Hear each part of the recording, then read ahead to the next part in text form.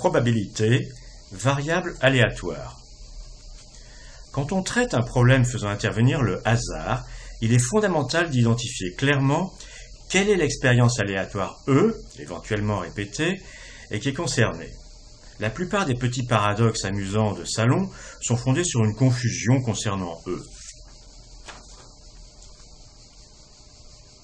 Il est aussi très important de comprendre quel est l'univers oméga des événements élémentaires possibles. Oméga, vous vous rappelez, c'est l'ensemble des événements élémentaires possibles, petit oméga 1, petit oméga 2, jusqu'à petit oméga n. On l'appelle souvent l'univers grand oméga, attaché à l'expérience grand E. Quand on répète une expérience grand E deux fois, c'est comme si on faisait une seule expérience grand F, qui consiste à répéter grand E deux fois. Et l'univers pour grand F est ce que l'on appelle le produit de l'ensemble oméga par lui-même. Le produit d'un ensemble par lui-même, ou par un autre d'ailleurs, c'est un grand mot pour dire l'ensemble des couples oméga 1, oméga 1, oméga 1, oméga 2, oméga 1, oméga 3, etc., jusqu'à oméga 2, oméga 1, oméga 2, oméga 2, jusqu'à oméga n, oméga n. Ce sont des couples, des paires d'événements élémentaires appartenant chacun à grand oméga. Il y a n au carré événements élémentaires dans cet ensemble produit qui est l'univers de F. Alors pour l'instant, on ne va pas s'intéresser spécialement à F. Retournons vers une expérience E et son univers grand oméga. Si les événements, on dit les événements oméga i sont équiprobables si, pour tous les i, ça s'appelle quel que soit i, la probabilité que le résultat de E soit oméga i est égale à 1 sur n. Mais c'est un cas particulier, très important du reste, mais le cas général est simplement la probabilité du résultat élémentaire oméga i est égale à pi, où pi est une probabilité donc comprise entre 0 et 1, et la somme des pi est égale à 1. Mais souvent, dans les situations physiques, pour des raisons de symétrie, c'est-à-dire d'équivalence entre les différents résultats élémentaires, eh bien, on déclare que les probabilités de chaque résultat élémentaire sont égales, qu'il s'agit d'événements équiprobables. C'était le cas du D, du lancement de D, et beaucoup d'autres choses. Alors on va regarder maintenant un appareil, une roue de la fortune, qui permet de bien développer sa compréhension et son intuition par rapport au hasard. Alors on considère une roue de la fortune, c'est-à-dire un disque assujetti à un plateau, et le disque peut tourner autour de son centre par rapport au plateau, et le disque, on a planté sur la circonférence du disque 360 petits clous, chacun séparé par 1 degré. Donc ça c'est la zone 1, la zone 2, la zone 3, la zone 4. Bon, c'est plus grand qu'en réalité, mais c'est pour que ce soit explicite. La zone quelconque, la zone 359 et la zone 360. Par ailleurs, dans cet appareil, il y a un index en métal souple qui lui est fixé au panneau, pas à la roue. Et la roue peut tourner, on la lance, elle tourne et puis finalement s'arrête, et l'index est dans une des zones de 1 degré entre deux petits clous.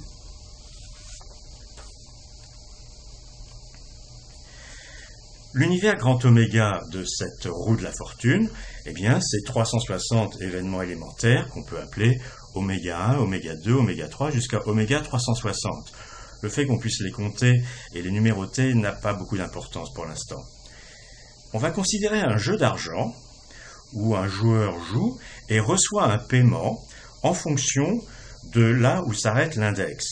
Si le résultat est dans la première, deuxième, troisième jusqu'à la 35e zone élémentaire, le joueur reçoit 90 €. Si l'index est dans la zone 36, 37 jusqu'à 95, il reçoit 120 €.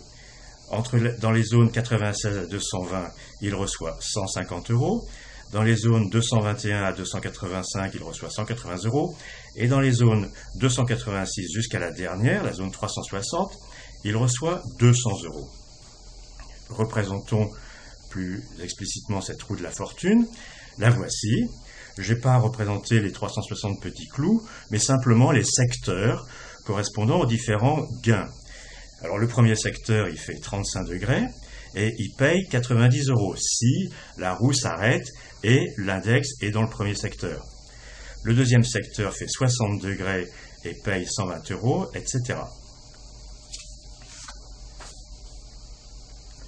Alors parlons des variables aléatoires. On a donc ici une fonction qui à chaque oméga i élémentaire associe un nombre, en euros, une somme d'argent en l'occurrence.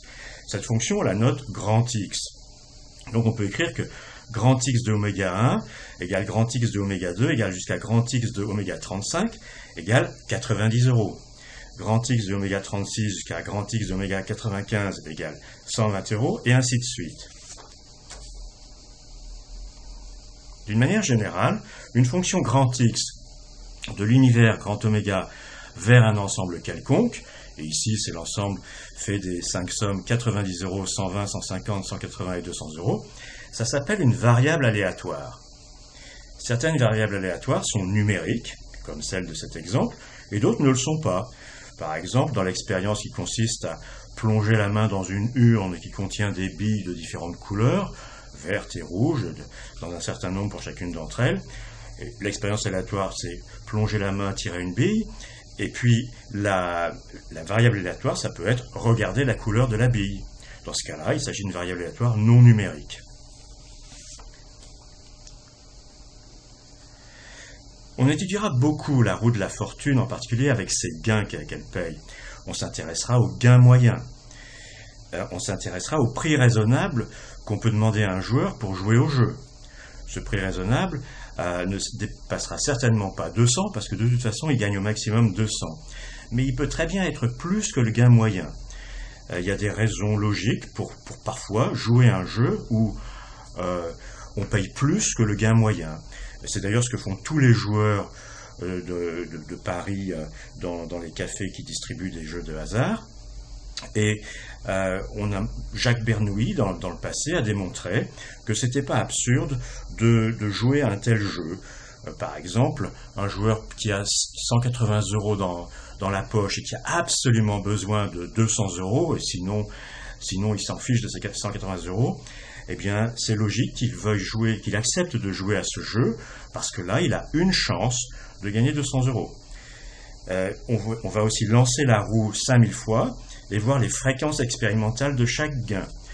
Le site, la page web sur laquelle se trouve cette vidéo, vous envoie vers un tableur qui simule la roue de la fortune lancée 5000 fois.